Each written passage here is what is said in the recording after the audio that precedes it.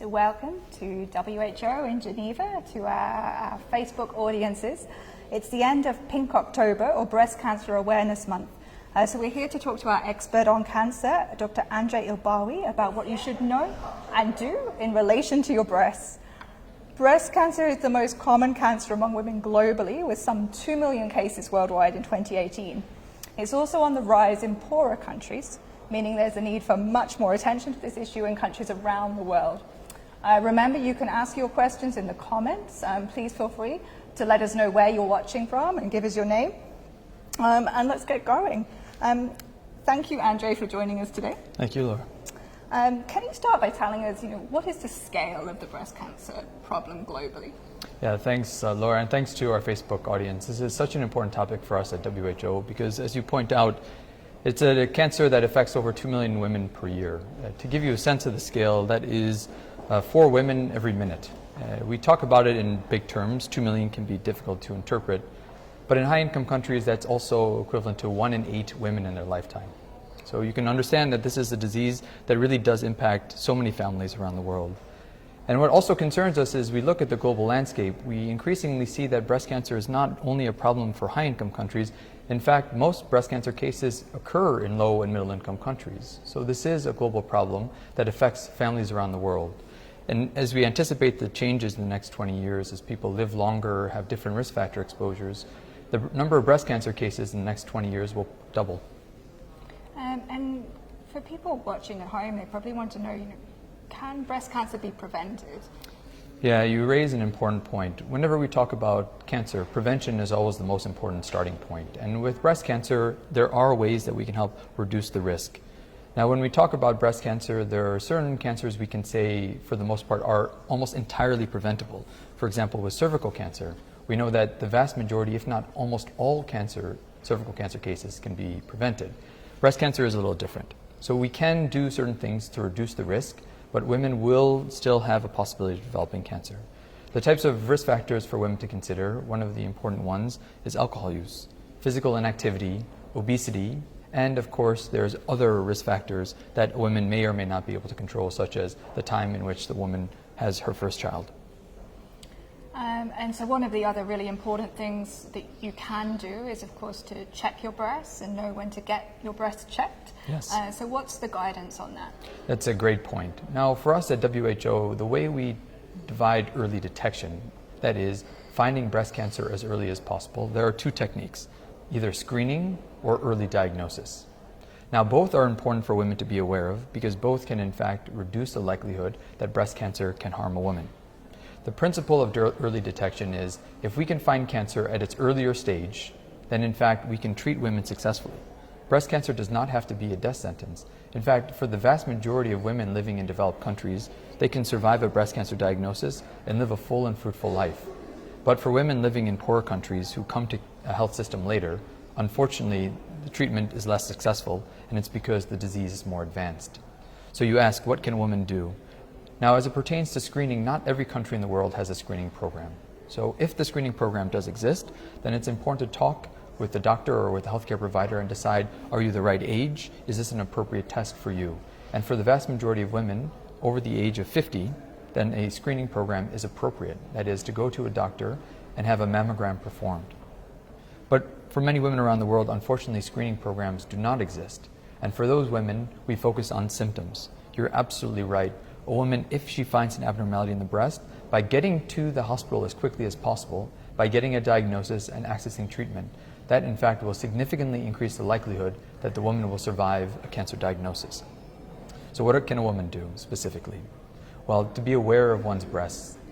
We used to say for breast cancer awareness to do breast self-examination, but in reality what we're now advising women is to just be aware of your breast. Most women know when there's a change, if there's a new lump, if there's a skin change, if there's discharge. If there's any abnormality in the breast, that is the time to immediately go to a healthcare provider and seek care.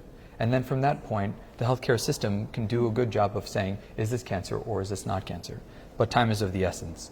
So being aware of symptoms, being aware that an abnormality of the breast is important to seek care, that's one of the most important things that women can do. And that for us is the focus here in Breast Cancer Awareness Month. Thank you so much. And you mentioned briefly what the role of the health system is. I mean, what do you want a health system to be doing at the point when a woman does detect breast cancer? What's the role of the health system in helping a woman manage a breast cancer diagnosis? Thanks for raising that, Laura. You're absolutely right, because it is a balanced responsibility. We do talk about a woman's responsibility to know her breast, and that's important because that's the starting point. But we are also finding that women, when they go to a clinic, may be told, this is not a problem. This is an infection. You don't have to worry about this. And unfortunately, women may be going between clinic to clinic to clinic, and that in fact is a major cause of delay. So the health system, one of the first things we can do is encourage appropriate referral for a woman with a breast complaint. That means, how can we get you to a diagnostic center to prove that it is not cancer? Because, as I said, getting that diagnosis is key to starting treatment. So the health system can focus on ensuring the first contact point, that is the primary health workforce, is aware of breast cancer symptoms, knows where to send the woman, and can ensure that diagnosis and treatment are available. Thank you. So just a reminder, you can ask your questions in the comments. Please do also let us know where you're watching from. We've got a few questions coming in now. I'll start with one from Sawan Thakur, who asks, how can a screening program be implemented in developing countries? That's such a great and challenging question, Samantaka. So the screening programs, from our side, it is always best when the government organizes it, because a screening program is most effective when there is strong government oversight and assurance that the quality is maintained. A screening program is not a small undertaking. It requires a vast system to recruit women, that is, to get them to participate in a screening program, to ensure that a quality mammogram is performed, to ensure that the right women are being targeted for the program, that an appropriate diagnosis is made, and referral for diagnosis and treatment. Now, that sounds like a lot. One of the best things that an individual or a civil society organization can do is to advocate, to ask their government, is it right or is it wrong for a breast cancer screening program in my country to be developed? But I also want to reassure you, because breast cancer screening is very important, but so is early diagnosis. So while we talk about setting up screening programs, which are important, but are also very intensive, both from a financial perspective and also from a health system perspective, we can also ask governments, what more can we do to detect cancer early through early diagnosis? And in that situation, again, patient advocate groups, individuals, community health workers, all have a role to make sure women can get diagnosed as quickly as possible when a lump does exist. And a question here from Chung Seng. For women over 50 years old with a normal mammogram result, when is the good time to reevaluate? It's another great question, and we really do appreciate the Facebook perspective from the audience here to ask us what are some of the specific recommendations for breast cancer screening programs. So thank you for that. We find governments around the world have different sets of recommendations. From the WHO perspective, we generally advise every other year. But we do acknowledge that countries can do breast cancer screening every year, and that is perfectly appropriate. So it depends on the country context, but we note that every 1 or 2 years is the target recommendation for women over the age of 50. And thank you also for pointing out what is the starting age, because this is also a point that many women ask about. What is the best starting age for a breast cancer screening program? We know that the impact of a screening program is greatest when a woman is over the age of 50. We know that there is some evidence that breast cancer screening at an earlier age, 45 or perhaps 40, can be considered in high income or high resource settings. But for the majority of women around the world, the current WHO recommendation is to start screening at the age of 50. Thank you. Another question here from Zeshan Ahmed. What is the main reason for breast cancer? So he's asking what the causes are and how can we take preventive measures? Thanks, Zeshan. Breast cancer prevention and what is the cause of cancer is a point of discussion for scientists over the past thousands of years. In fact, cancer is a disease that we know has existed for thousands and thousands of years. Our understanding of cancer has grown, and we know that as a starting point, cancer develops because cells, which are the basic composition of our body, cells divide as we grow and age. And over time, we see that cells sometimes develop abnormalities when they divide, and those abnormalities can contribute to cancer. Those abnormalities may occur because it happens as a normal variant of a cell dividing, but they can also happen because there is some type of stress on the cell. For example, a toxin or a carcinogen, as we call them. Now, as we talked briefly earlier, some of the carcinogens we think about with breast cancer are, for example, alcohol, alcohol or tobacco. These are types of external influences that can cause cancer. So what is the ultimate cause of breast cancer? As I mentioned, there can be a variety of causes, but we know that cells become abnormal when they're subjected to both division and to an external influence. And here again, we have to ask ourselves, what can we do as a community, or what can we help women be able to achieve in terms of cancer prevention? And those focuses from a health system perspective, again, are ensuring healthy weight, maintaining a physically active lifestyle, maintaining healthy and balanced diet, and as mentioned earlier, ensuring to minimize harmful use of alcohol. Thank you. And a question here more on the health system side of things from Naomi Adeline from Seychelles. Do we have examples of best practice improving access to breast cancer screening in cultures where men are the primary decision makers? Thanks, Naomi. And let's perhaps also use the opportunity to reflect on why Breast Cancer Awareness Month is so important. As part of our perspective at WHO, empowerment of individuals and of women to understand healthcare and the healthcare decisions they need to consider is an important part of this month. So we want women and also communities to feel empowered that breast cancer is a disease that we can address together as a community. Now, you ask a good question. How can we strengthen, let's say, best practices for policymakers trying to understand, should we not have a screening program or should we? It's a very complex decision because, again, breast cancer screening programs can be very resource intensive. But from our perspective, in the era of universal health coverage, we want all women around the world to have access to diagnosis, treatment, and palliative care for breast cancer and for other cancers more broadly. A large percentage of the world lacks that access right now, and there are priorities that governments can make to ensure that that is no longer the case. Screening is an important part of that dialogue, but we also want to make sure women have access to diagnosis. For example, are there enough pathologists? Are there enough radiologists to see whether or not the cancer is spread? Are there enough trained physicians to ensure that cancer treatment is delivered in a high quality way? Because this is also so important. So what we ask at the civil society perspective, what you can do as an advocate for women and for people who are at risk for cancer, is to start a dialogue with the government. What are appropriate priorities in our country? Because those priorities will differ according to different settings. And I suppose in terms of the gender dimension as well, is also support for women to be able to speak up and Yes. recognize when they have a health issue and feel that they can access the services. You're absolutely right, Laura. Stigma remains a major issue for breast cancer. There is a lot of fear about the consequences of breast cancer. Will I lose my breast? Why did this happen to me? Did I do something wrong? And that type of stigma we want to address head on, because most of those are incorrect beliefs. Most women around the world, in fact the majority of cancer cases, cannot be prevented, as I just mentioned. And no woman should feel a breast cancer diagnosis is her fault. Similarly, we should not expect women to have a fear that, will I lose my breast and society will betray me? That is not an issue that we would want to allow for the world in the area of sustainable development. Gender equity is an important priority for us at WHO and an important part of sustainable development. Women should not fear that they will be divorced or they will be shunned if they receive treatment for breast cancer, and they should not fear that they can transfer the disease to a loved one. Thank you. And Gulam Idris Bangash asked what efforts can be taken to cure breast cancer. So I guess this could be a question both about what treatments are currently available and also potentially what could be available in the future.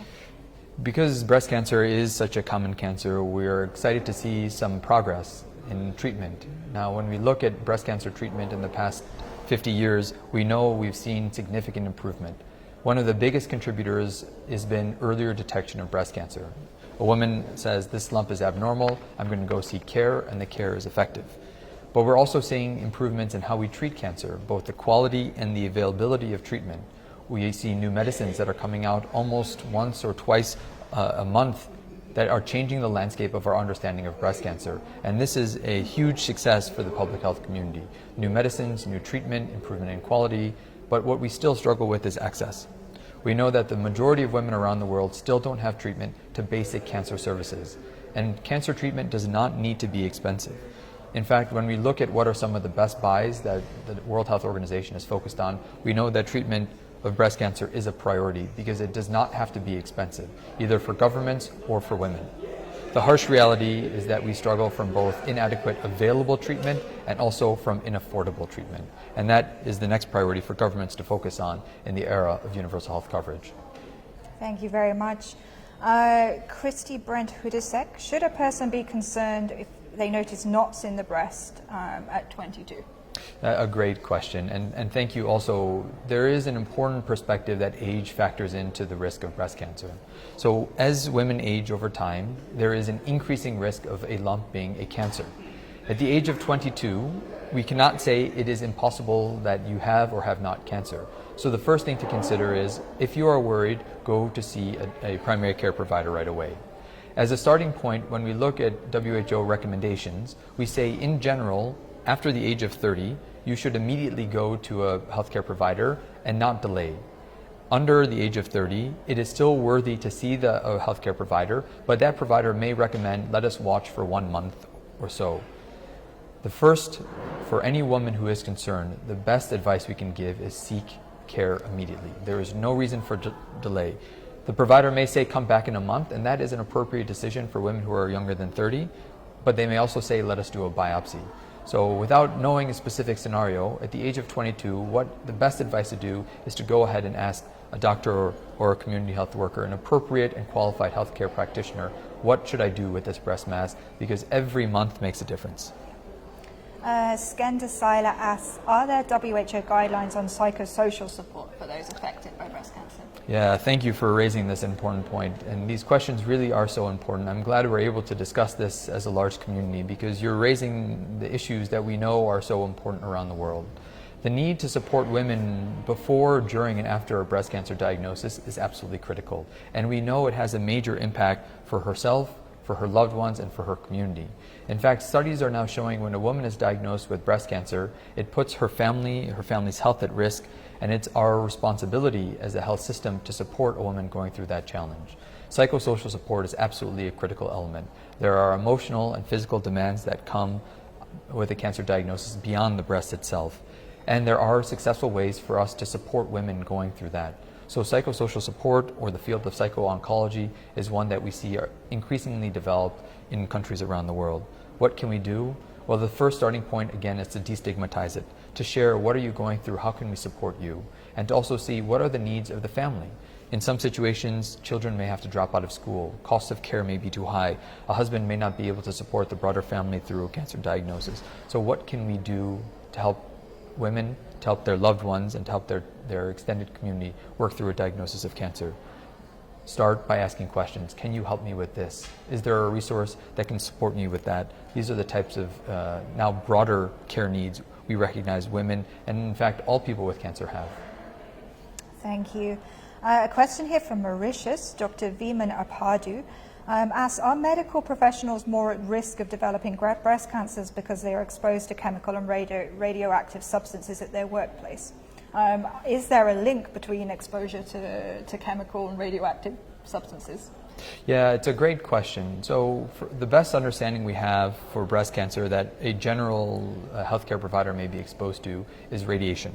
So we do know that high levels of radiation for certain people, and this usually is people who have chest wall radiation from other cancer treatment or from another cause, they may be at higher risk for breast cancer.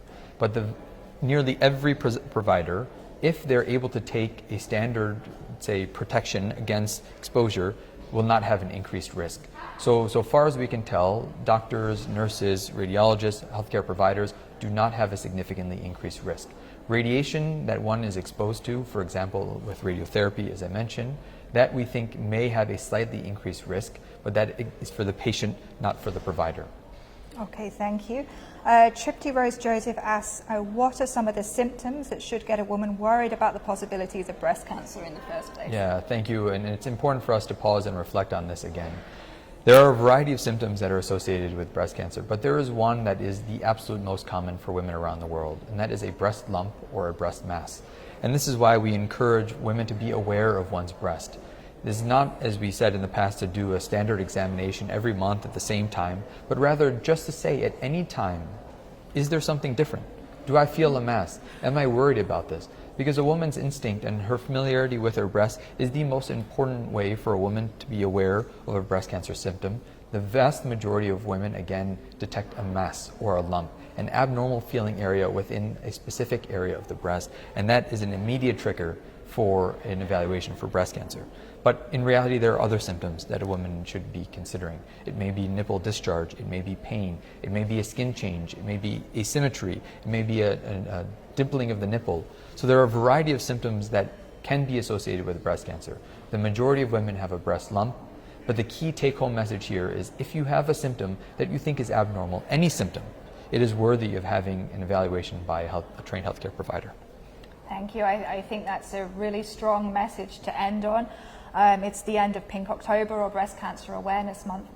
So this is really a reminder that every woman can be checking her breasts, can be alert to what's happening and making sure that they seek early treatment if they do notice something that's abnormal. Is there anything that you would really want to emphasize as well as we wrap up our discussion today? Yeah, thank you, Laura, and thanks to the audience for participating. What is important for us, in addition to awareness, is to start with the recognition that cancer is treatable. Breast cancer is a disease that we can manage as a community and as a society. I suspect many of you are joining because you know someone who has breast cancer, and many of us in this room, in this building, know a loved one who has breast cancer. It is a very personal disease. What we want women to feel is the encouragement that we are making progress, that breast cancer does not have to be a death sentence. We are really standing together as a community during this time of year and recognizing that this disease impacts us all. So we will move together. We have some exciting new opportunities within WHO and also within this era of sustainable development to focus on what can we do, each of us, WHO, governments, and you as individuals, to improve breast cancer care for all.